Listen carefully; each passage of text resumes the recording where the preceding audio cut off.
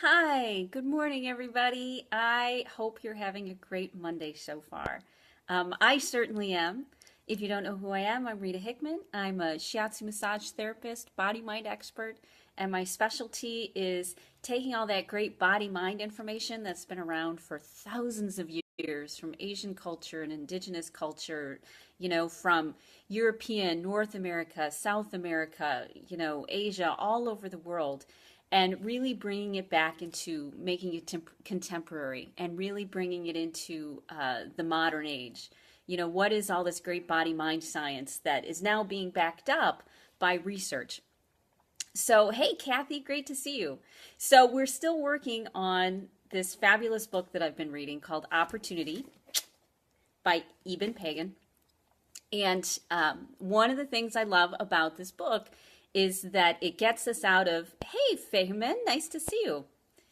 It gets us out of our mindset that out of our own personality, out of our own set of rigid rules or ideas that maybe we developed when we were a kid about what makes a good person or a bad person or how we should see the world. Most gurus, most people who are spiritual experts, they will come up with pretty much one paradigm, one way of looking at the world, and which of course is different from yours. And a healthier mindset isn't to find one belief and stick with it dogmatically. Instead, it's to broaden your range of beliefs and ideas so that you have all of these different lenses you can put on to look at a situation or look at the world and gather information and then decide for yourself how you want to look at it. It gets you out of that mindset of constantly repeating the same patterns you've always repeated. So today's topic is, are you too compassionate? And it's going to kind of start with when I was a kid. When I was a kid, I was raised Catholic, and there was a lot of stuff going on in my life. And the Catholic religion would really talk about sacrifice and martyring and giving everything up for everybody else. And but I was surrounded by people who were pretty selfish and pretty self-absorbed. And so the belief that I latched on to was, you know what? Everybody around me is selfish and self-absorbed, and they're not looking out for my needs, and I'm going to be above that. I'm going to be better than that. I'm going to be the most compassionate person that I can find. I'm going to hey, Christine, great to see you. Yeah, I know. Catholicism really messes with your head sometimes until you get older and you're able to see it in a different perspective.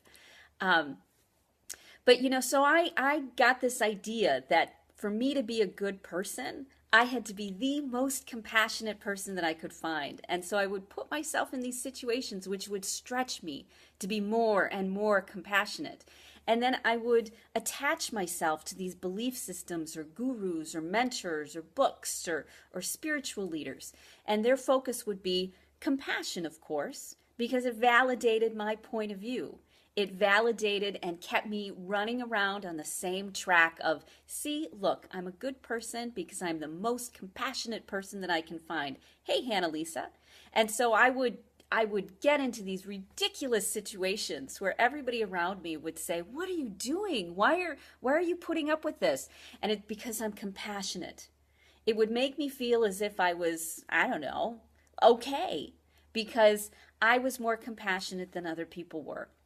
Now, here's a tricky thing about compassion.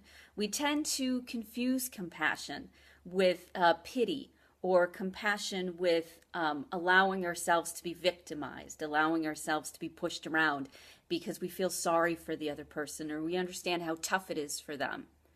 In reality, when you start to get older, you realize compassion is a lot bigger than that. Compassion is compassion for yourself, compassion for the world, compassion for other people around you. And it means that compassion isn't always being kind. Compassion sometimes is having a complete meltdown so that someone can finally, hey, Nikki, good to see you, so that someone can finally hear what you're saying because that's the only way that they can communicate. That's the only way that they're used to. That's compassion. We all love to live in this sense of awareness of what's going on, but kind of denial as to how much we're negatively affecting the people around us. That's kind of true. And so sometimes people need us to not be kind and understanding and sympathetic and there for them. Because what that does is then they don't get the message. They don't learn how to evolve and grow themselves. I had a close friend for about 10 years, and what they would say to me is relationships are designed to bring up all of the things that you need to work on. That's what relationships are about, to help make you well rounded.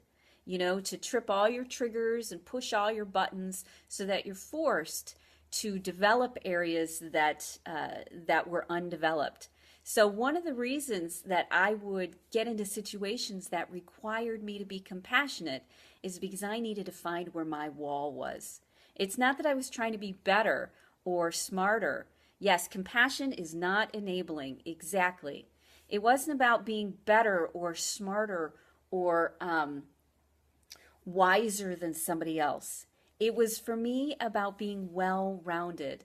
So I found people that pushed me to my limit, where there was no way ever I could just stand there and continue to watch this happen or continue to take the beatings. The beatings will continue.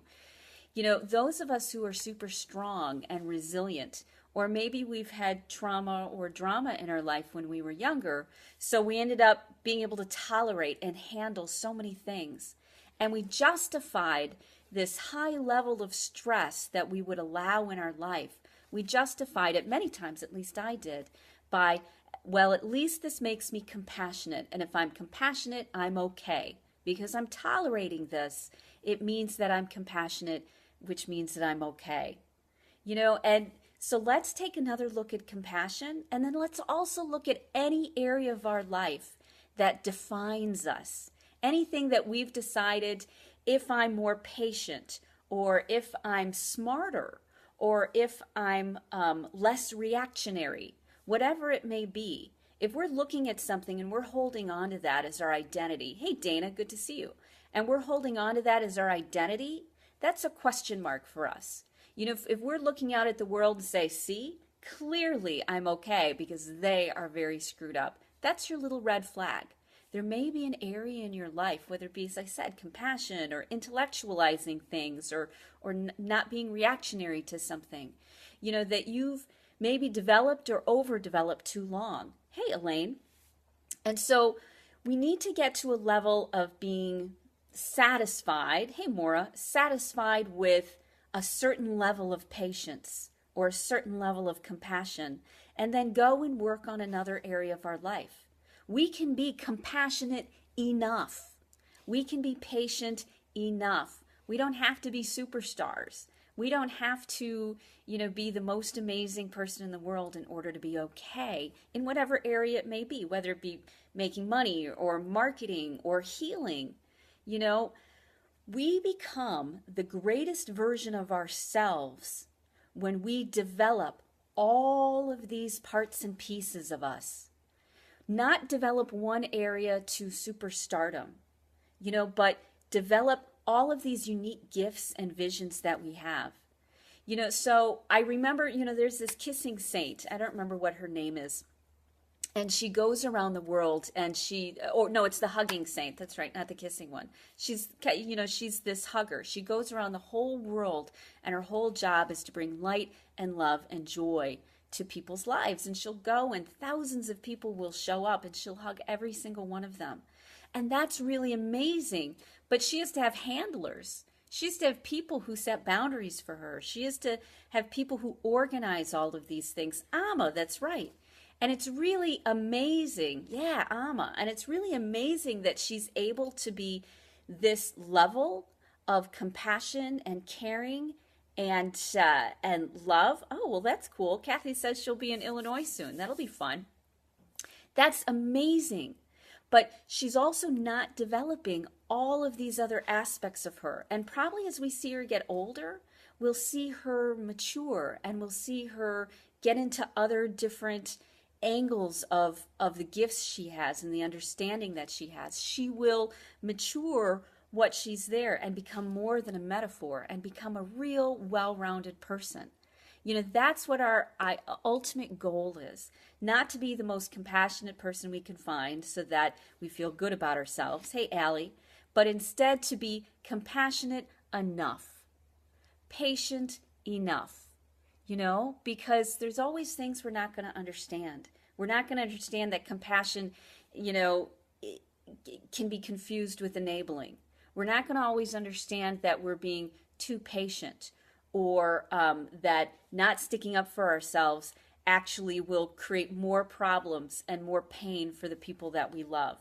We get that stuff confused all the time because we hold these icons like Mother Teresa or Gandhi or Martin Luther King as these metaphors for us to strive for. And in reality, they were people who had checks and balances. Asian medicine is all about how we are constantly in balance. If you go way to one side, then you're going to have to go way to the other side. So our goal today is not to be a metaphor, is not to be the best at something. Our goal is to be as well-rounded and develop as many different aspects and angles of ourselves as we can. So when you get to the point where you're irritated with yourself because you got irritated, or you lost your patience, or you weren't understanding, or you weren't kind, cut yourself a little bit of slack.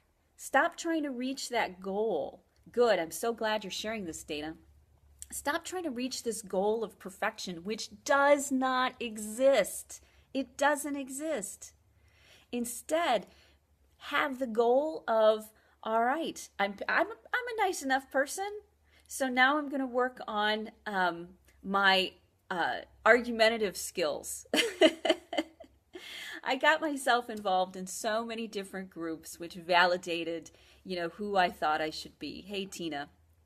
And after being involved with those groups and still not fitting in, following all the rules and still not being enough, I realized that there was much, much more to living the good life, to being a good person, than having a super high level of compassion or patience or understanding, or being something that I couldn't be.